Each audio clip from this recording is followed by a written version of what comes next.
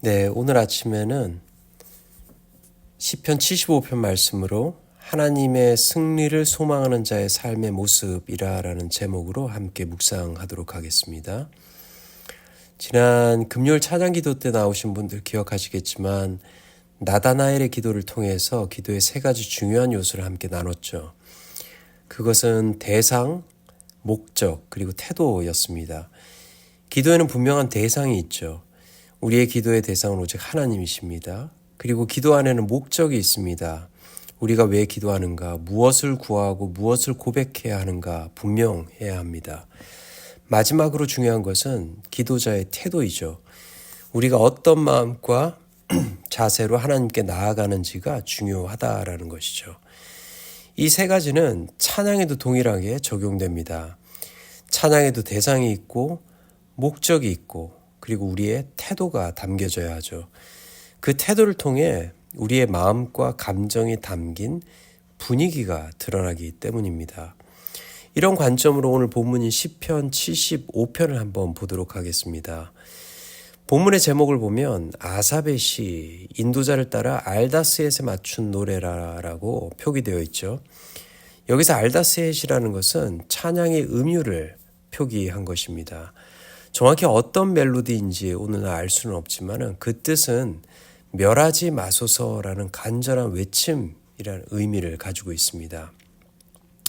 이 시편 57편, 58편, 59편 그리고 75편 이렇게 네 편이 이 음율로 기록되었는데 이 시편들은 공통적으로 고난과 위기 속에서 하나님의 보호하심과 통치하심을 믿으며 나아가는 그러한 분위기를 가지고 있는 노래입니다. 어두운 현실 속에서도 하나님의 승리를 소망하는 마음이 담겨져 있는 것이죠. 그렇다면 이러한 분위기는 우리에게 어떤 메시지를 전달하고 있는가? 본문을 통해 우리가 가져야 할 중요한 믿음의 태도를 두 가지를 말씀하고 있는데 첫 번째로는 하나님의 승리를 기다리는 사람은 감사의 태도를 가져야 하는 것이죠. 1절 말씀 함께 보겠습니다.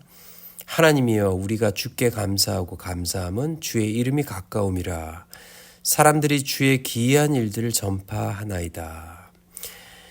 여러분들 우리의 삶은 언제나 승리로 끝난다라는 것을 믿고 계신지요? 왜냐하면 우리의 삶의 결론은 이미 하나님 안에서 결정되어 있기 때문입니다. 예수님의 다시 오심은 반드시 이루어질 사건이고 그 사건을 통해서 우리의 삶은 승리를 경험할 수 있는 것이죠. 그러니 우리는 어떤 상황에서도 감사할 수 있게 되는 것입니다. 감사는 단순한 예의가 아니며 감사는 믿음의 태도인 것이죠. 이 믿음의 태도는 믿음의 삶이 가져야 할 분위기인 것입니다. 이영훈 목사님께서 영적 전쟁이라는 책에서 이렇게 쓰셨는데요. 선박의 외부에 있는 물은 선박을 가라앉게 만들 수 없다. 오히려 외부에 있는 물은 많으면 많을수록 선박을 더 뜨게 만든다. 그런데 선박 안에 있는 물은 선박을 가라앉게 만든다. 많으면 많을수록 그렇다. 이처럼 우리의 삶을 무너뜨리는 것은 외부의 시련과 고난이 아니라 내부에 스며든 마음의 교만이다라고 쓰셨어요. 오늘 본문에서도 교만한 악인들은 결국 하나님의 날에 심판을 받고 그들의 뿔은 다 베이게 될 것이다 라고 말씀하고 있죠. 그렇다면 어떻게 우리는 내부에 스며드는 교만한 마음을 막을 수 있을까? 그것은 우리의 삶을 감사로 채울 때 우리는 교만의 마음을 막을 수 있는 것입니다. 바울은 데살로니가전서 5장에서 이렇게 말씀하고 있죠.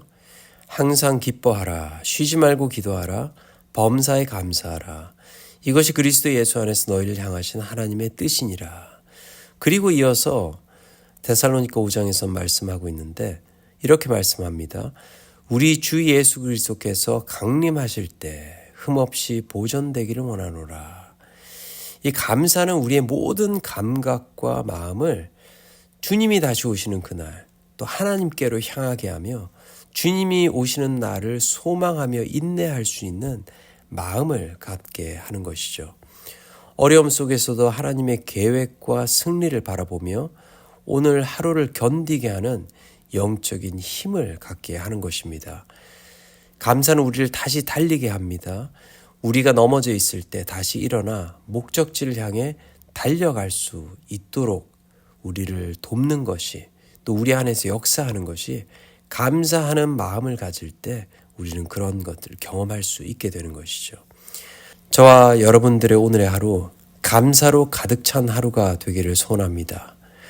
단지 내가 원하는 것을 얻어서가 아니라 믿음의 소망으로 다시 오실 예수 그리스도를 바라보며 또 하나님의 나라를 바라보며 감사하며 하나님을 찬송할 수 있는 귀한 하루가 되기를 간절히 소원합니다. 둘째로, 하나님의 승리 속에서 의를 선포하는 삶입니다. 2절 말씀을 보면 이렇게 말씀하시죠. 내가 기약이 이르면 바르게 판단하리니 땅의 기둥은 내가 세웠거니와 그 모든 거민이 소멸되리라. 여기서 우리는 두 가지 중요한 사실을 보게 됩니다. 첫 번째로는 하나님의 심판은 반드시 정한 때에 이루어진다는 것이죠. 세상은 지금 또 불의와 혼란으로 가득하죠. 때때로 우리는 이렇게 질문합니다. 하나님, 왜 악한 자들이 이렇게 오래 잘 사는 것입니까? 왜 의로운 사람들이 오히려 고난을 당하고 있습니까? 그러나 성경은 분명히 말씀하고 있죠. 하나님의 심판은 결코 지연된 것이 아니라 하나님은 기약이 이르면, 즉 하나님의 정하신 시간에 하나님의 방법으로 반드시 바르게 판단하시고 그것을 이루어 주시는 것이죠. 인간의 눈으로 볼 때는 늦은 것 같아도 하나님의 시간은 완벽하다라는 것입니다. 둘째, 하나님이 세상을 붙들고 계신다는 사실이죠. 본문에서는 땅의 기둥은 내가 세웠거니와 라고 말씀하고 계십니다.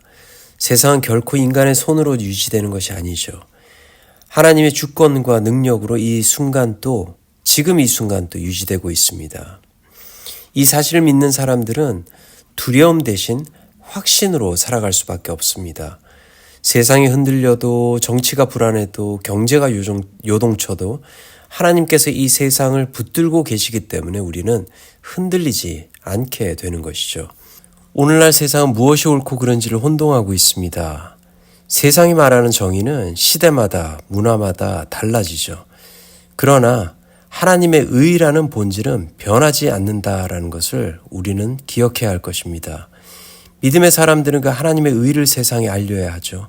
말로만 선포하는 것이 아니라 삶으로 보여야 합니다. 우리의 삶에서 공정하게 행동하고 거짓을 멀리하고 약한 자를 돕고 사랑과 진리로 나아갈 때 세상은 우리를 통해 하나님의 의를 보게 되는 것이죠. 에베소서 5장 8절과 9절에 이렇게 말씀하고 있습니다. 너희가 전에는 어둠이더니 이제는 주 안에서 빛이라. 빛의 자녀들처럼 행하라. 빛의 열매는 모든 착함과 의로움과 진실함에 있느니라. 우리는 어둠 속에서도 빛으로 살아야 합니다. 사람들은 우리를 통해 하나님의 빛을 보게 되는 것이죠. 그 빛은 우리의 능력이 아니라 하나님의 의라라는 것이죠. 사랑하는 여러분, 우리의 찬양과 기도에는 대상, 목적, 태도가 있습니다. 우리는 하나님께 찬양하며 하나님의 승리를 바라보며 감사와 의의 태도로 나아가야 하는 것이죠. 오늘도 여러분들의 삶 속에서 감사가 넘치기를 바랍니다. 아직 결과가 보이지 않아도 이미 승리하신 하나님을 믿으며 감사하기를 원합니다. 그리고 하나님의 정의가 반드시 이루어질 것을 믿고 세상의 삶으로 선포하며 나아갈 수 있는 우리 동신교회 성도님들 되기를 간절히 소원합니다.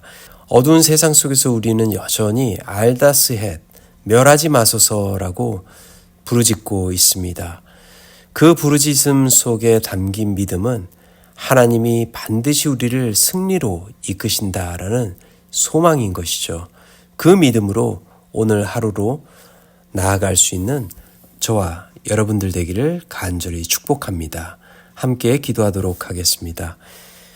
어떠한 삶의 모습으로 나아가야 될지를 함께 나누어 보았습니다. 우리의 삶 속에 감사가 넘치게 하시고 또 삶을 통해 주의 의를 선포하며 나아갈 때 그 삶을 통해 하나님을 전하게 하시고 또 하나님의 의를 세상에 선포할 수 있는 믿음의 사람들 될 수 있도록 은혜로 인도하여 주시옵소서. 감사드리옵고 예수 그리스도의 이름으로 기도합니다. 아멘.